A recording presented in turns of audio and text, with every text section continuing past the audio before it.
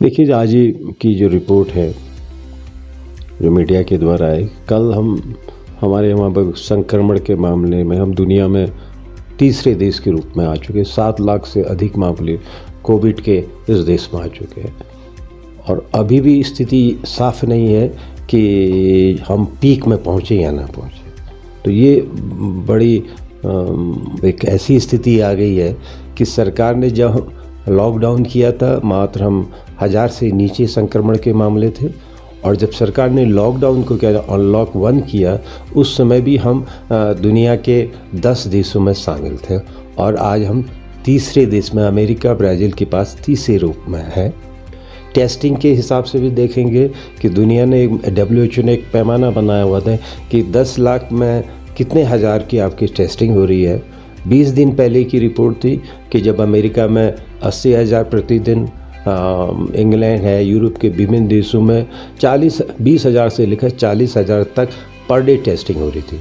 लेकिन भारत का रेशियो था कि 2,500 पर डे रेशियो टेस्टिंग हो रही थी और कल तक की जो टेस्टिंग है 7,500 पर डे, हम 10 लाख में थे।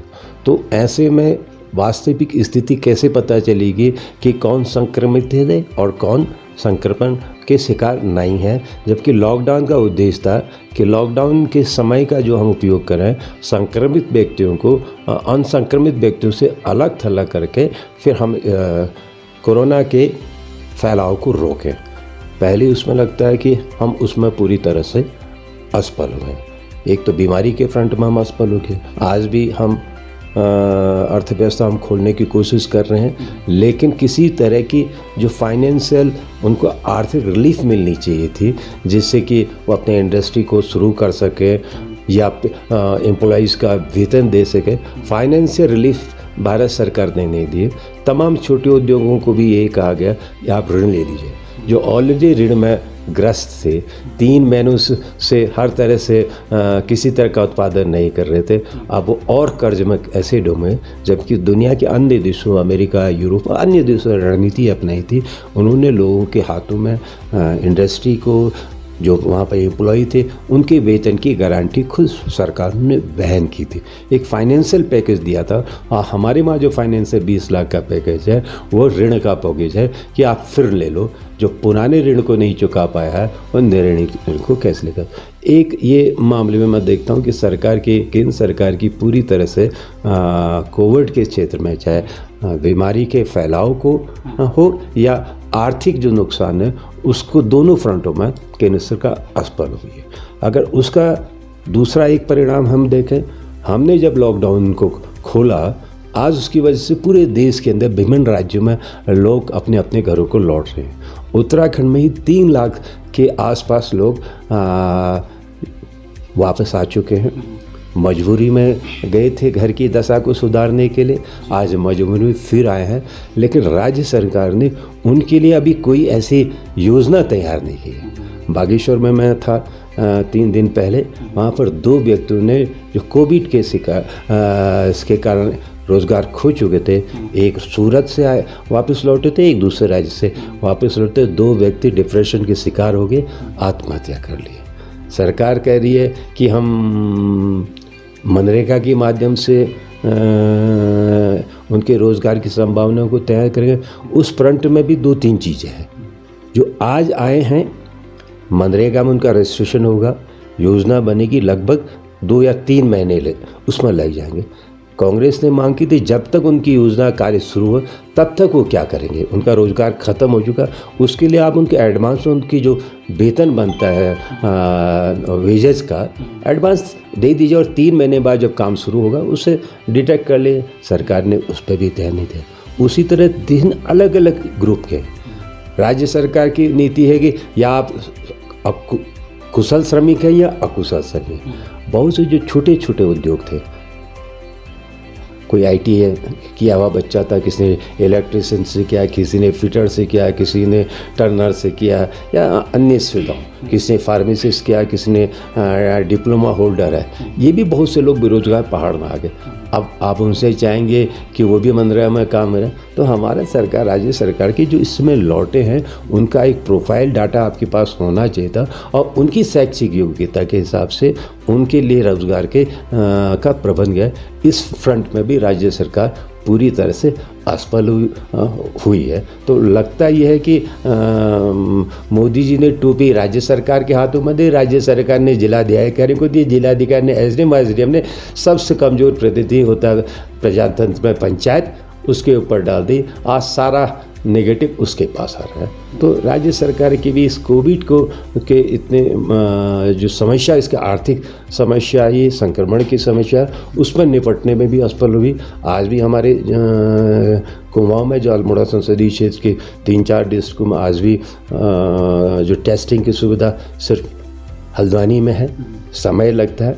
भारत सरकार ने घोषणा की थी हम टेस्टिंग की 2 सेंटर पिथौरागढ़ में खुल रहे हैं और एक बागेश्वर में खुल रहे हैं। अभी तो मेरी जानकारी में नहीं है कि टेस्टिंग के दोनों सेंटर पिथौरागढ़ और बागेश्वर वाले शुरू हो चुके हैं। मैंने बागेश्वर के जिलाधिकारी ने कहा, उन्होंने कहा ऑन द प्रोसेस है, आने की स्थिति में।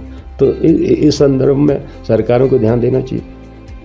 2014 से लेकर 2020 तक अगर आप अंतर्राष्ट्रीय स्थितियों को देखेंगे, जब कांग्रेस का काल था 2004 से 2014 तक, 2008 में इकोनॉमिक क्राइसिस पैदा हुआ था। उस दौर में अंतर्राष्ट्रीय में क्रूड ऑयल के दामों में एक असमान रूप से बढ़ोतरी हुई थी। 115 से 120 डॉलर प्रति डॉलर तक चले गया था और उस वजह से पेट्रोल और डीजल के दाम जब बढ़ते थे तो बीजेपी उसका विरोध करती थी। 14 तक आते आते जब बीजेपी की सरकार आई, दाम स्थिर हो गए थे, धीरे धीरे वो दामों में कटौती होने लगी थी। और आज जब से कोविड है, जून के महीने में सबसे निचले स्तर पर क्रूड ऑयल के दाम है कि अंतर्राष्ट्रीय पर $16 प्रति बैरल के हिसाब से क्रूड ऑयल बिक रहा था। हमारा सिंपल प्रश्न है, जब अंतर्राष्ट्रीय स्तर पर दाम बढ़ते हैं, सरकारें कहती हैं कि इसका भार जनता को कुछ ना कुछ वहन करना पड़ेगा। आज जब अंतर्राष्ट्रीय स्तर पर पेट्रोल प्रोडक्ट के दाम, क्रूड ऑयल के दाम घट रहे हैं, तो सरकार उसका लाभ आम उपभोक्ताओं को क्यों नहीं दे रही है? इन पिछले 7 सालों में देश की 3 कंपनियों ने 300 गुना मुनाफा कमाया है, घाटे से प्रॉफिट में चली गई हैं। जब 300 गुना तेल कंपनी की आमदनी हुई है और पिछले 25 से लगातार आप पेट्रोल पर टैक्स एक्साइज से लेकर विभिन्न तरह के टैक्सों को आप वृद्धि कर रहे हैं, आप सेस पर वृद्धि कर रहे हैं। और पहली बार भारत के इतिहास में एक दिन तो दिल्ली में आया है जब डीजल के दाम पेट्रोल को भी पार करके है। मैं 29 तारीख को धरने में था बागेश्वर में कांग्रेस के कार्यक्रम में। उस दिन पेट्रोल और डीजल के दाम में मात्र मित्रों ने बताया पेट्रोल पंप 35 पैसा पेट्रोल के दाम ऊंचे थे। तो कांग्रेस कह रही है जब दाम घट रहे हैं, आपका तर्क होता है जब बढ़ते हैं तो उपभोक्ता को बियर करना चाहिए और जब घटते हैं तो उपभोक्ताओं को उसका लाभ क्यों नहीं मिला, एक सवाल। दूसरा सवाल होता है कि पेट्रोल और डीजल के दामों का खेती पर भी असर पड़ता है। किसान है, ट्रैक्टर है, अन्य जानों में डीजल का उपयोग है, वो महंगा होता है तो खेती पर भी उसका असर पड़ता है। जो इसेंशियल गुड्स हैं, आवश्यक जीवन के उपयोग, उनके दामों पर भी असर पड़ता है। तो जनता, आप सारा का सारा जनता पर भार डाल रहे हैं और तेल कंपनियां माला माल हो रही हैं। तो ये कांग्रेस कहती है कि भाई ये चीज़ नहीं होनी चाहिए। आप का तर्क है जब भार बढ़ता है जनता बियर करे, जब लाभ सरकार में होता है, तेल कंपनी होता है, तो जनता को उसका लाभ क्यों नहीं दिया जाता? 2013-14 से लेकर 12 से अगर 13-14 लेकर 16 तक पूरा उत्तराखंड का हर क्षेत्र आपदा में ग्रस्त रहा है। और विशेषकर जब केदारनाथ के नाम से आपदा को जाना जाता है, उसमें केदारनाथ में भी वही स्थिति पिथौरागढ़ में भी हुई थी। मैं तब लोकसभा का सदस्य, मैं एकदम धारचूला तक गया, सड़कें बुरी तरह से व्यस्त हुई थी और एक स्थिति आगे से बहुत से ऐसे गाँव पर आज भी तलवार लटकी हुई है। हमने लगभग 300 गाँवों को आइडेंटिफाई किया था, वो पिछली बीजेपी सरकार ने भी किया था, कि जिसमें पिथौरागढ़ जनपद है, बागेश्वर जनपद के कुछ हिस्से हैं, कुछ चमोली जनपद के हिस्से हैं, कुछ रुद्रप्रयाग के हैं। कि कुछ गांव की स्थिति तो जोग्राफिकल स्थिति से वैज्ञानिकों ने कह दिया कि इनको एक्सपर्ट कमेटी है, इनको बसाना, रिहेबिलिट करना ही इनका समाधान है। उसकी रिपोर्ट कांग्रेस सरकार ने भारत सरकार को भेजी थी। अभी तक भारत सरकार उस मामले में खामोश बैठी है। कभी भी बड़ा हादसा चाहे पिथौरागढ़ जिले में हो, बागेश्वर, चमोली और रुद्रप्रयाग में, इन गाँव में हो सकता है। हमारा आज भी केंद्र सरकार से मांग है कि ये राज्य सरकारों की, चाहे कांग्रेस की हो, बीजेपी की हो, उनकी अकेले की बस की बात नहीं है। 250 से ऊपर के गाँवों को रिहेबिलिट किया जा सके। इसके लिए भारत सरकार को विचार करना चाहिए, उनको कहाँ पर बसाया जाए। हाँ, उनको जब अपने गांव से अलग ले जाएंगे तो ऐसा वातावरण भी दिया जाए, उनको ज़मीन दी जाए। एक सवाल तो ये पड़ा था। दूसरा सवाल था कि बहुत से ऐसे एरिया हैं जहाँ रिहेबिलिटेशन की समस्या नहीं है, तात्कालिक वहाँ पर सुरक्षा दीवारें, अन्य तरह की व्यवस्थाएं की जा सकती हैं और उसके लिए भारत सरकार को आगे आना चाहिए। राज्य की अपने साधनों भी कुछ है लेकिन मकूल नहीं है। तो आपदा के संदर्भ में ये पूरा राज्य आपदाग्रस्त राज्य है, सेंसिटिव राज्य है। हमने अभी तक डॉपलर का यहाँ पर स्वीकृति हुई थी, डॉपलर रडार, जिससे कि लोगों को भारी बारिश हो रही है, कहाँ पर है, बादल फटना, मतलब एक हैवी रेन एक पर्टिकुलर जगह होना है, उसकी चेतावनी मिल जाती है एडवांस में। उस पर भी सरकार 4 डॉपलर उत्तराखंड में बनने थे, जिसमें कि एक पिथौरागढ़ के धारचूला के दूर अंचलों में लगना था। अभी भी उसकी कोई प्रोग्रेस नहीं। 2-3 बार हम पूछ चुके हैं, लेकिन रहते कि नहीं, अब फाइनल स्टेज में है। तो सरकार को, केंद्र सरकार को, इसके ये बहुत ही सेंसिटिव इलाका है, संवेदनशील इलाका है। यहाँ पर सिर्फ हमारे लोगों को ही नहीं जाना, हमारी जो पैरामिलिट्री फोर्सेस है, आईटीबी भी एकदम, क्योंकि सीमा पर प्रथम प्रहरी कौन है? भारत तिब्बत सीमा पुलिस, इसकी सुरक्षा बल है। उसके बाद सेना आती है। जो गांव के लोग हैं वो वहाँ पर सुरक्षा के सबसे बड़े दायित्व हैं। तो उनको आपात स्थिति में निपटने के लिए तत्कालीन राहत दी जाए। उस समय कांग्रेस की सरकार में हरीश रावत जी मुख्यमंत्री थे, पिथौरागढ़ जनपद में, बागेश्वर जनपद में, चमोली जनपद में तत्काल राहत देने के लिए ये थे कि हेलीकॉप्टर डीएम के अधीन किए गए थे, जिससे कि किसी भी तरह की आपदा से लोगों को निपटा करके तत्काल रैली।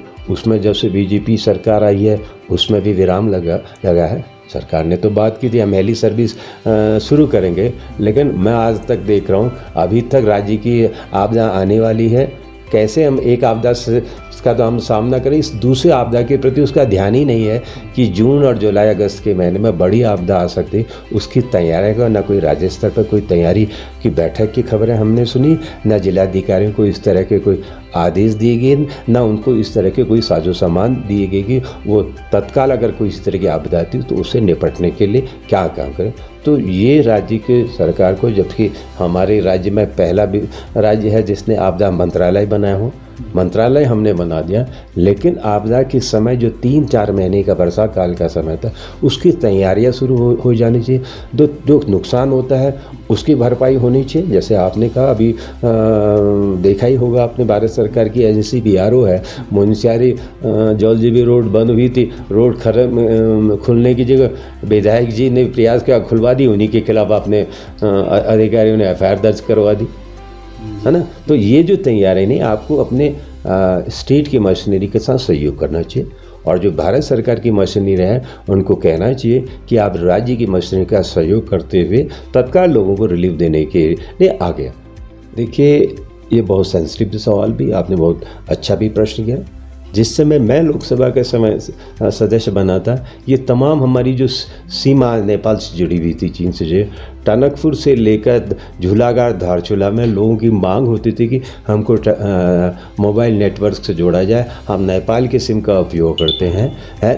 मैंने उस समय की अपनी सरकार से मांग की थी, तब टनकपुर से लेकर झूलाघाट से लेकर धारचूला में मोबाइल टावर की शुरुआत हुई थी, नेटवर्क स्थापित हुआ था। उसके बाद मेरे संसदीय क्षेत्र में लगभग 82 की हमने प्लान योजनाएं की थी, स्वीकृत हुई थी, लेकिन उसमें 50% लगी होंगी। और इसी संदर्भ में धारचूला ही तहसील मुंशियारी की मतकोट क्षेत्र है, मुझे खुद याद मालूम है। ऊपर हमारा नारायण स्वामी आश्रम है, पांको गांव है, यहाँ की खुद स्वीकृत मोबाइल टावरों को सरकार ने आज तक नहीं लगाया। मैंने फिर इसको मंत्री को लिखा था। एक बार मंत्री जी का जवाब है कि इन स्थानों में टावर लगना केंद्रीय संचार मंत्री का कि आर्थिक रूप से अवायबल नहीं है। एक तरह आप देश के सबसे दूर क्षेत्रों के लोगों को कहते हैं कि देश से जोड़े जाना है। आप आज के स्कूलों में पुस्तकों से लेकर स्कॉलरशिप से लेकर प्रधानों को तमाम सैनिक से अगर हैं कि हम ऑनलाइन से उनको जोड़ा जाएगा। और आप सीमा के लोगों को ये मोबाइल हर जगह व्यापार से थोड़ी होता है, हम कमाई के लिए नहीं करते हैं। इन देश की सेनाओं में हमारे सीमा पर हमारे लोग हैं, हमारे सैनिक हैं, हमारे अर्धसैनिक बल है। अगर उनको संचार की सुविधा अच्छी होगी, हर आपात स्थिति का मुकाबला ढंग से कर पाएंगे। पार्लियामेंट में राज्यसभा में भी ये सवाल उठाया था, मैं भी था, हमारे दूसरे राज्यसभा के सांसद और वो बीजेपी से जुड़े हैं, उन्होंने भी उठाया था। पिथौरागढ़ जनपद में, चमोली जनपद में बहुत से स्थान में लोग मांग करे। मंत्री ने आश्वासन दिया था, डॉपलर रेडार के संदर्भ में भी आश्वासन दिया कि हम इसमें गतिशील हैं। लेकिन उस सरकार का कार्यकाल पूरा हुआ, नया सरकार का कार्यकाल स्टार्ट हो गया है, लेकिन अभी मुझे बहुत ज़्यादा चीज़ें दिखाई नहीं दे रही। और अब तो बड़ी एक और चीज़ आ गई है कि पिथौरागढ़ जैसा जो संसदीय इलाका है वहाँ पर BSNL पूरी तरह ठप हो गया। अब सरकार जियो को सारी चीज़ें देने जा रही है। तो हम कहते हैं कि जो संवेदनशील इलाके हैं जहाँ सुरक्षा का भी सवाल है, आप BSNL जैसी जो सरकार की अपनी एजेंसी है उसको क्यों पीछे हटा रहे हैं। अगर उसकी 4G नेटवर्क था, तमाम एयरटेल से लेकर प्राइवेट निजी क्षेत्र को आपने 4G की स्पेक्ट्रम दे दिया और अपनी BSNL को पिछले 7 सालों से 4G में काम नहीं करने दे रहे हो। और आज पिथौरागढ़ जनपद में हमने कहा इनके पास BSNL का 4G नहीं है, इसलिए आप जियो जैसे निजी क्षेत्रों को आगे बढ़ावा दे रहे हो। तो कहीं ना कहीं जो निजी क्षेत्र है, मैं ये उनका बहुत विरोधी नहीं कर रहा हूँ, निजी क्षेत्र अपने फ़ायदे के लिए आते हैं और जो सरकारी प्रतिष्ठान वो दोनों सेवाओं को देखते हैं कि उनका आर्थिक रूप से नुकसान भी ना हो। लेकिन जो कुछ ऐसे क्षेत्र हैं जो कमज़ोर क्षेत्र हैं, पिछड़े क्षेत्र हैं, वहाँ उसको वेलफेयर के रूप में भी उन सेवाओं को प्रदान करते हैं। खबरों में बने रहने के लिए न्यूज़ PTS TV को सब्सक्राइब करें और बेल आइकन दबाएं और साथ ही फेसबुक पर न्यूज़ PTS TV पेज को लाइक या फॉलो करें।